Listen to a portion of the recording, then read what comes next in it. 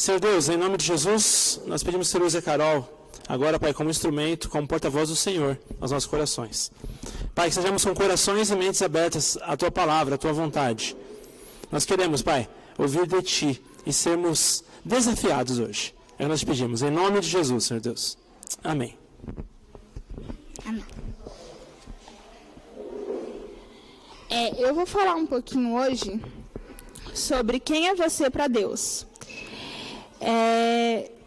Eu tenho essa palavra preparada há um tempo já, que Deus falou comigo, acho que durante uns 4 meses. E aí eu tenho, mas eu juro que não é grande, é pequenininha. Eu vou ler um versículo aqui, João 21.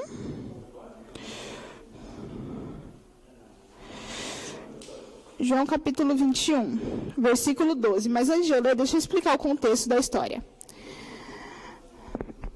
Deixa eu abrir. João 21, 12.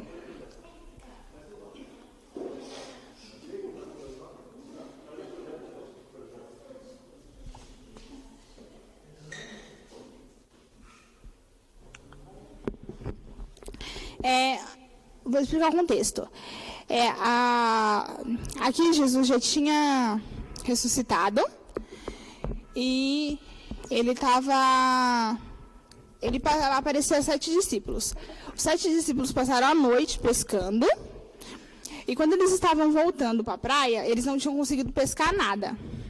Então, eles estavam voltando e Jesus estava na praia e perguntou para eles se eles tinham conseguido pescar alguma coisa. E eles disseram que não. Que eles não tinham conseguido pescar nada. E Jesus manda eles jogarem a rede do lado direito do barco. E aí eles pegaram muitos e muitos peixes, levaram alguns peixes para Jesus e Jesus assou na praia.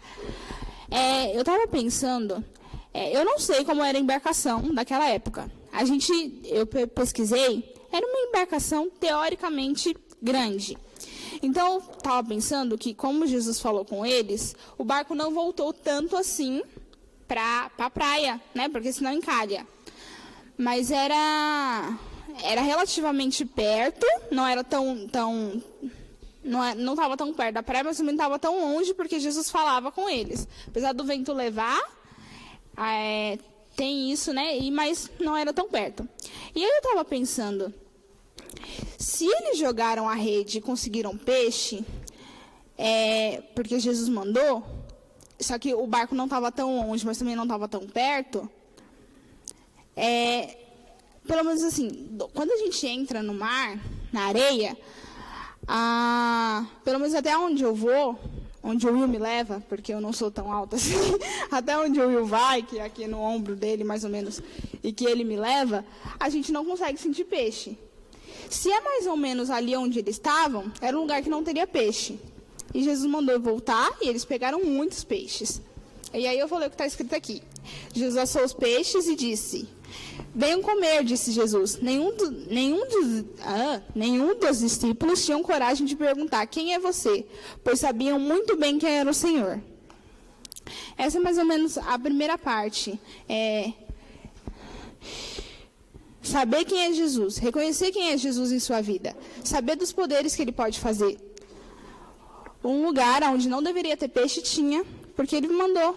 E tinha. Você tem que reconhecer o Jesus, reconhecer, saber o que ele pode fazer na sua vida, o quão poderoso ele é e tudo o que ele pode fazer por você.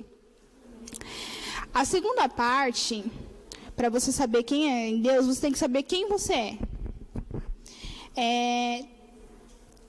Eu vou falar uma experiência que eu tive. Alguém aqui não assistiu e pretende assistir o filme Shang-Chi da Marvel? Não. Quem ainda não assistiu e pretende assistir? Como assim você está assistindo? Eu vou ter que dar. É uma experiência que eu vivi. Deus fala comigo de uma forma muito diferente. Ele já falou comigo através de Pantera Negra e falou através desse filme. Estava no cinema. Tem uma parte do filme em que o Shang-Chi está falando com a tia dele. Eu até anotei aqui. Ele estava perguntando Eu anotei aqui, ó. Assisti ontem à noite. Tem no Disney, tá, gente? Disney+, quem quiser assistir tá lá. Vai falar. Aqui, ó. Ele pergunta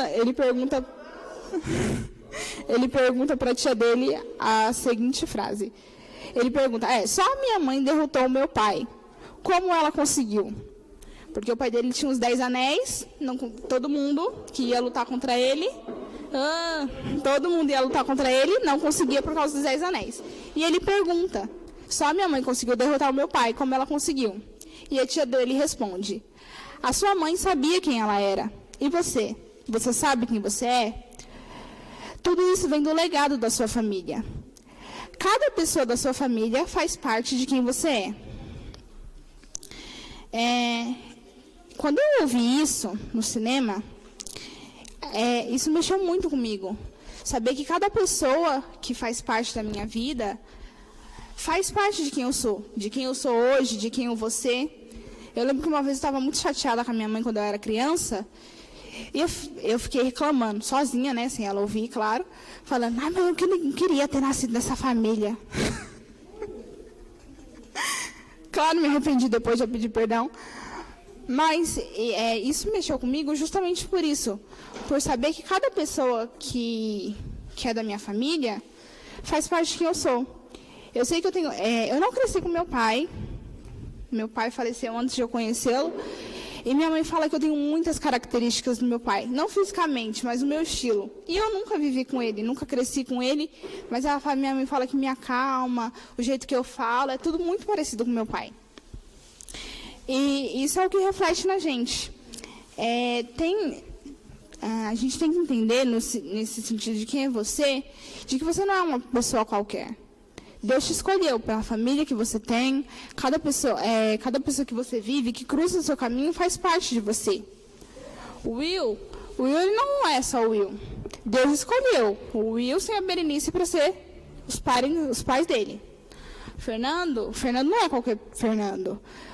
Deus escolheu o Zito e a Lenira para ser os pais dele. E assim com cada um de vocês. E isso faz parte de quem você é.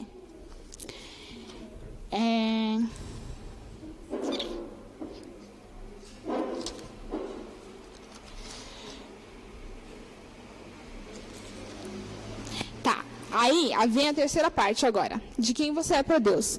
Você reconhecendo a autoridade de Jesus na sua vida, de quem Jesus é, do que Ele pode fazer, de quem você é, de quem Deus colocou para você ser, a gente precisa reconhecer quem a gente é para Deus. Você sabe quem você é para Deus? Quando você sabe quem você é, o que você significa para Deus... Gente, eu esqueci de ler uma coisa. Antes ainda, eu vou voltar a uma parte. Quando quem você é, né? Deixa eu colocar aqui. É Números 34:19.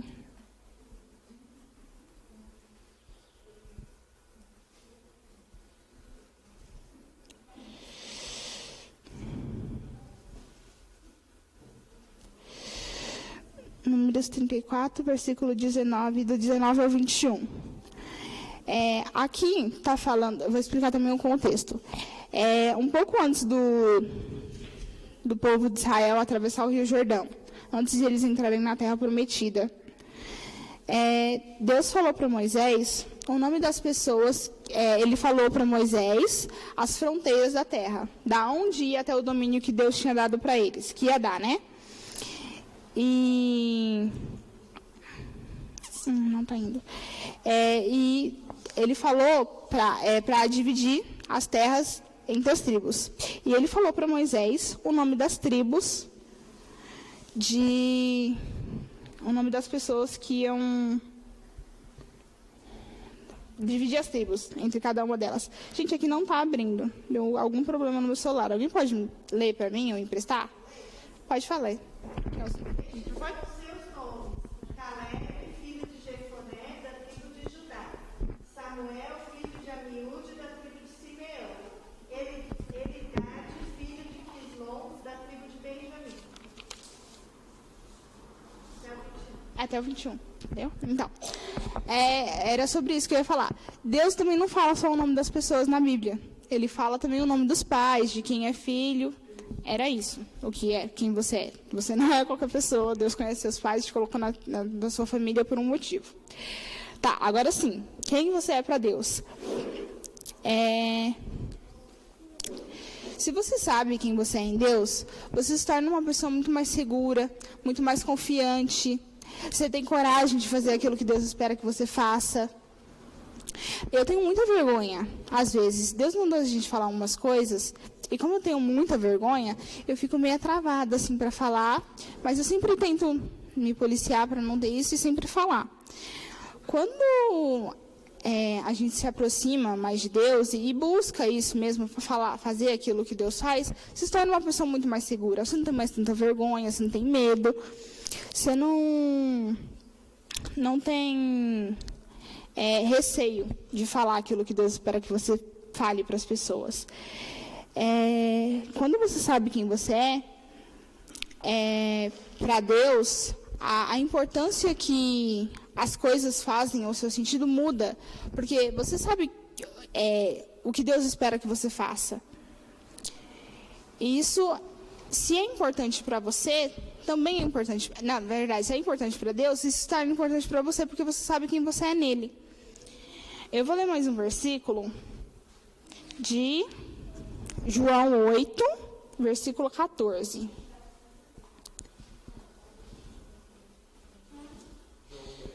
João 8, versículo 14.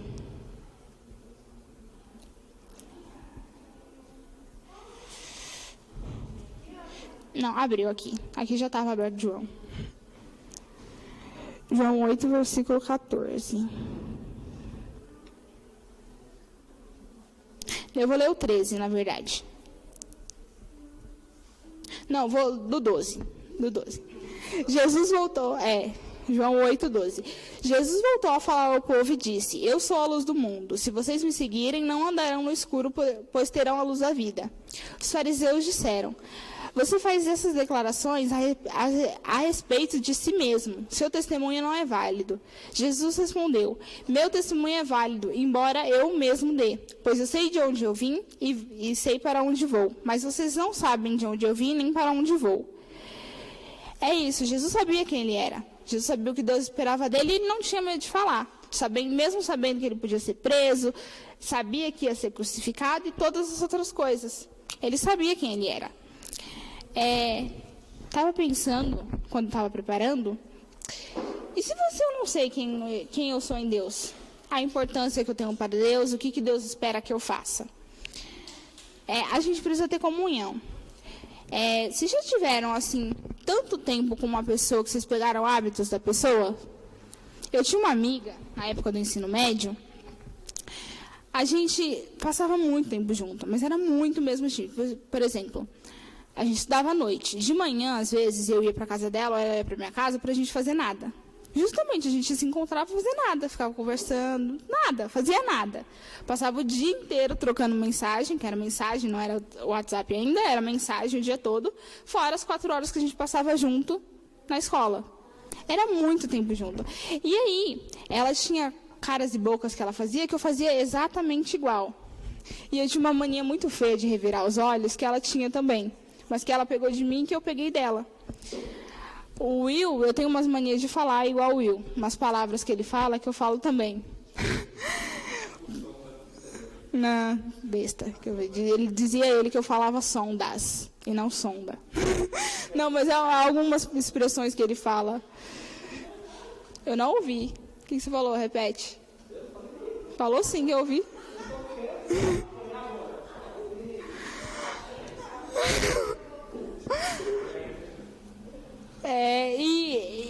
E é questão disso. A comunhão que você tem que ter com Deus é esse tipo de comunhão.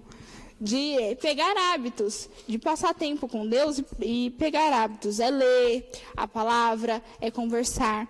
Esse dia eu estava voltando da casa da Vanessa, inclusive, e eu estava lá em cima, lá no começo do muro da estação, e aí eu vi o pôr do sol. Né? O sol estava laranja, o céu todo rosa, roxo, azul, lindo, lindo, lindo. E eu desci o caminho todo falando do pôr do sol com Deus. Isso é um tempo que eu passo com Deus. Tava andando 40 minutos, fazendo nada, porque eu ando devagar, e eu vim falando com Deus. Isso é uma coisa que aproxima a gente mais de Deus. Falar com Ele, conversar, orar e tudo isso. Eu acho que é mais ou menos isso. Você saber quem é você para Deus e para você se tornar mais perto dele e ter confiança em quem você é. Tá bom? Bom, eu acho que foi um culto muito interessante, né? No começo do culto, durante os louvores, Deus já estava falando conosco de várias maneiras. As músicas se encaixaram tão perfeitamente. E eu estava ali ajoelhada, comecei a orar, né? E Deus começou a falar comigo naquela música do Fernandinho que fala, né? Para sair da tua terra, do meio da tua parentela, vai para onde eu te mostrarei. E ali Deus começou a trazer à minha memória lugares que Ele pediu para que eu fosse, como o Amazonas, né? E para orar naquele lugar, no meio das tribos. E aí foi muito interessante, porque as músicas foram se encaixando. Antes de eu ministrar, de eu fazer a intercessão da igreja, né? Eu falei sobre isso, né? De Deus, o que a gente está fazendo que não agrada a Deus, que não é a vontade de Deus, para a gente perguntar para Deus. O que a gente está fazendo que é a vontade de Deus, ou o que a gente ainda não está fazendo e é a vontade de Deus, e Deus espera que a gente faça, e oramos nesse sentido. E oramos também perguntando para Deus, né, se há algo que a gente tem colocado em primeiro lugar nas nossas vidas que não seja Deus, para Deus trazer a nossa mente e a gente se arrepender disso, né? E logo em seguida na palavra, a Carol trouxe uma palavra extraordinária sobre quem nós somos, né? Quem nós somos em Deus, como Deus nos vê. Foi muito interessante, se encaixando com tudo que a gente tinha visto até aquele momento, né? E o Bispo Jorge chegou. E foi interessante, porque enquanto eu estava orando no chão, Deus falou para mim, né? Quando eu mando para algum lugar, eu dou os recursos financeiros para que tudo aquilo realmente, aquilo que eu peço, eu vou dar as condições para que aquilo seja feito, né? E amém. E o Bispo Jorge chegou no final do louvor, né? Então, quando eu levantei do chão, ainda passou um tempo, depois ele chegou. Não sabia que ele ia hoje. E foi muito interessante. Teve a palavra que se encaixou perfeitamente e tudo mais. Aí o Rogério chamou o Bispo Jorge para trazer um testemunho, né? De missões, do que ele fez lá no Nordeste, no Piauí, no Pernambuco e tal. E aí uma das frases que ele falou é justamente essa, né? Que Deus dá os recursos para as missões que ele tá mandando ir. Então, os lugares que ele manda ir, ele vai dar recursos, ele vai prover todas as coisas e tal. E ele deu testemunhos incríveis de milagres, né? De provisões que Deus deu nesse tempo dele no Nordeste e tudo mais. E aí depois eu fui encerrar o culto e eu me lembrei do missionário que a gente ajudou um pouco já com algumas tribos indígenas, né?